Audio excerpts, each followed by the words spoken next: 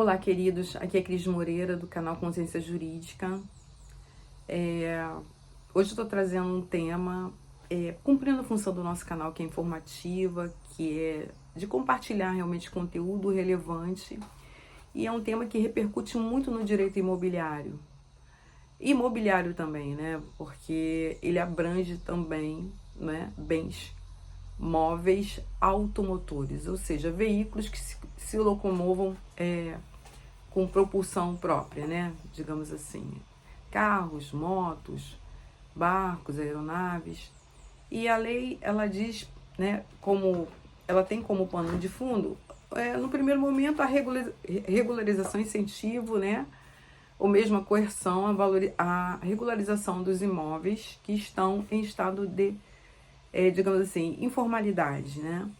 E também ela diz assim, eu vou ler a ementa para vocês. É uma lei que foi editada, agora já no apagar das luzes, em 21 de novembro de 2025, ou seja, um dia depois do feriado, né, de Zumbi dos Palmares, e cujo o número é 15.265 de 2025. Ela diz assim, institui regime especial de atualização e regularização patrimonial, que é o regime do REARP, dispõe sobre a tributação das operações de empréstimo de títulos ou valores imobiliários no país e a tributação das operações de cobertura de riscos e alteração de algumas leis, né? E passa a vigorar a partir da sua vigência, pelo menos nas partes mais importantes que nós vamos ver. Claro que essa lei ela tem uma abrangência muito grande, mas se eu puder assim resumir alguns aspectos que de maneira profunda impactam o mundo imobiliário, eu poderia dizer sobre o artigo 3º, parágrafo 3º, que traz um novo imposto, um novo tributo, né, digamos assim. Falo tributo porque o tributo é gênero do qual o imposto é uma espécie, porque nós temos as taxas, temos as contribuições, temos uma série de impostos, né? Enfim, vamos falar de tributo. Então, esse tributo, ele diz o seguinte, se você tem um imóvel que sofreu uma valorização, não é? E você deixou de comunicar essa valorização à Receita, você terá de fazê-lo e incidirá um tributo de 4% sobre o valor, né, dessa diferença, que consiste, na verdade, a partir desta lei, como ganho de capital. Sim, agora, através dessa lei, será considerado como renda, ou seja, você ganhou um capital. Mas aí você poderia perguntar, mas eu não quero vender meu imóvel, ou eu não quero né? Ou esse imóvel está em inventário, ou esse imóvel sofreu até uma desvalorização porque ele está em processo de ruína, ou esse imóvel ele está lá no campo, ou esse imóvel está na cidade, enfim, você pode trazer uma série de argumentos. Mas a Receita vai dizer assim, não, mas de qualquer maneira, se o tempo passou, né, automaticamente valorizou. Mas valorizou como? Vamos imaginar que eu tenha comprado, vou dar meu próprio exemplo, comprei um apartamento em 2012 que valia 230. Aí eu tenho atualizado diante da Receita Federal porque, poxa, afinal de contas, eu procuro agir corretamente. Até porque se eu vendesse esse apartamento hoje e não tivesse atualizado seu valor, como é que eu iria justificar diante da Receita Federal o ingresso de um valor maior do que 230 mil se hoje, né, eu vendo, por exemplo, a 400? Eu teria que, claro, de maneira honesta, de maneira, né, a buscar a equidade, a proporcionalidade naquilo que se tem e que muitas vezes o valor foi elevado por conta da inflação gerada pela própria gestão da moeda pelo governo.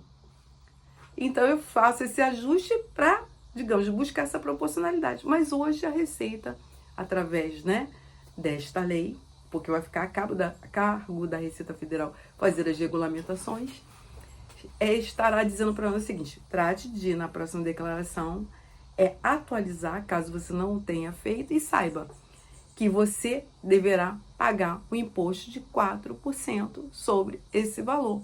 Então, você tendo atualizado o seu valor, porque você buscou, né, justamente essa equidade essa equanimidade, essa proporcionalidade, justamente para caso fosse vender, né, não gerasse algum problema. Agora, independente de vender ou não, você vai ter que pagar.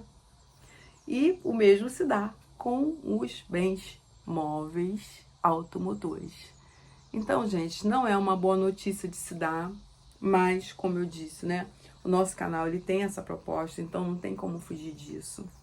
E o governo está dizendo através dessa lei o seguinte: é bom que vocês façam logo, porque, né, o tratamento no início, caso vocês agem de maneira voluntária, será mas se depois vocês não agirem de maneira, né, haverão, digamos assim, penalidades. E aí nós já sabemos quais são, né, multas, e normalmente multas exorbitantes.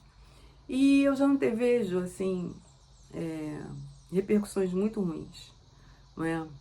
Porque se nós fizermos um paralelo aqui, a nossa propriedade, né, o nosso direito de propriedade, que a Constituição entende como absoluto dentro desse sistema capitalista que nós adotamos, ela é relativizada, a gente sabe, né? Porque se você não paga o IPTU do seu imóvel, você pode sofrer, o ITR, né, do imóvel rural, o IPTU por imóvel urbano, você pode sofrer uma execução fiscal e perder esse bem. E no caso do bem, vamos imaginar, bem móvel, automotor, veículo, se você não, carro, né, se você não paga o IPVA, a mesma coisa. Então, assim, não bastasse isso, agora tem mais um imposto que agora você deve ao governo federal. Esses dois que eu acabei de dizer, um ao âmbito municipal, o outro ao âmbito estadual e agora né, ao âmbito federal. Ou seja, em cada entidade federativa agora você vai ter que pagar um tributo pertinente, né, ao seu patrimônio. A grande pergunta que eu hoje, para finalizar esse vídeo, faço a você, faço a mim mesma: será que compensa ter alguma propriedade nesse país? É isso, queridos. Até o próximo vídeo. Obrigada e compartilhem. Eu acho que esse vídeo pode ajudar muitas pessoas. Obrigada.